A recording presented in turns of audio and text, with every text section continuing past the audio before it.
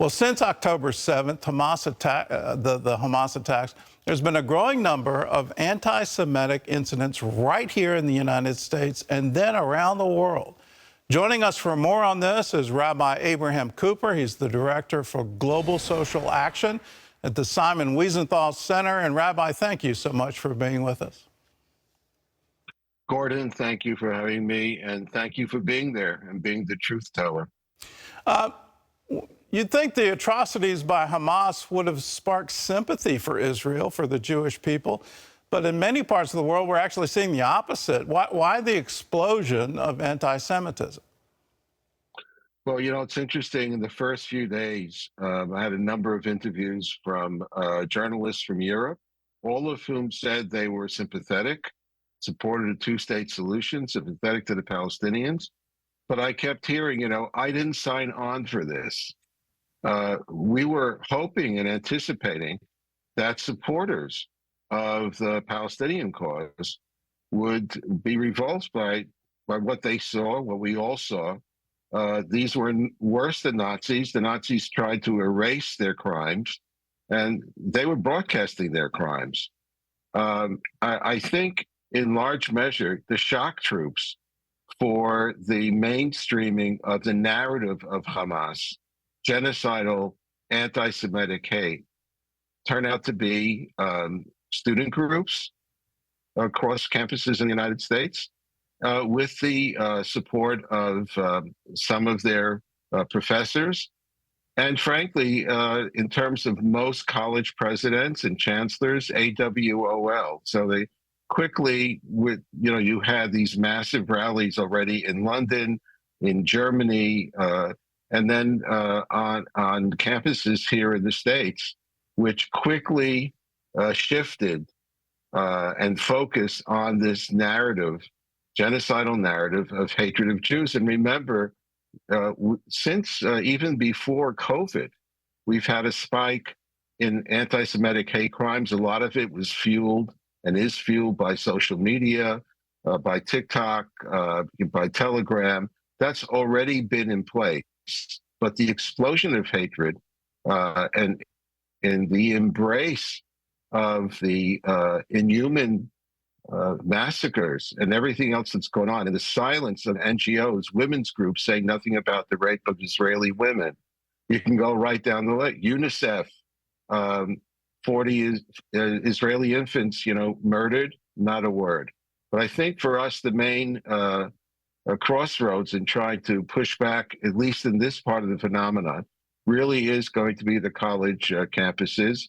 But it's against the backdrop of the fact that the squad, members of the squad, have been able to get away with some of the worst anti-Israel and sometimes anti-Semitic venom, no price to pay, where CARE, an organization which made the top 10 anti-Semite list of the Simon Wiesenthal Center not long ago, was listed by the White House as an important ally and source to fight anti-Semitism when they're a significant part of the problem. So if we're going to fight back, we have to recognize the unfortunate truth that we have anti-Semites from the far right. We have plenty of anti-Semitism from the left, and universities here, along with some of the media, have allowed the moving of the goalposts of the debate over the Holy Land that was once upon a time, well, will a Palestinian state include East Jerusalem, to now a genocidal call to basically get rid of all Jews. That has to change, and for that to happen, we're going to need a lot of help from our neighbors. Well, what can we do at the university level? We've been warning on this show for a long time about the boycott, divestment, and sanction BDS. We've been warning about that. We've been warning about the rise of that on college campuses. It seems that the Palestinians have been funding that and funding those campus chapters. What can we do to say, no, we've got to have the truth come out? This really is a call for genocide of Jews. When you hear the slogan from the river to the sea, please understand what that means. When you hear Intifada, please understand what that means. It means rise up and kill Jews. What can we do to turn the tide on college campuses? I think there are a number of points. First, we can point to so many of the elite universities, but thank God, a lot of the biggest donors to Penn, University of Pennsylvania, which used to be after Yeshiva University, the most sought after place for Jewish kids to go to. Jewish students there have been left hanging, and a lot of mega donors have snapped shut their checkbooks. Alumni have a lot to say in terms of the future of presidents and chancellors, and publicly coming out and saying, I'm not giving you another dime. I don't like what's going on here. I'm not asking for anything more for Jewish students, but you're basically not doing anything to protect your Jewish kids or to create an environment that's supposed to be intimidation free. That's number one. Number two, let me maybe I'll just call out two governors.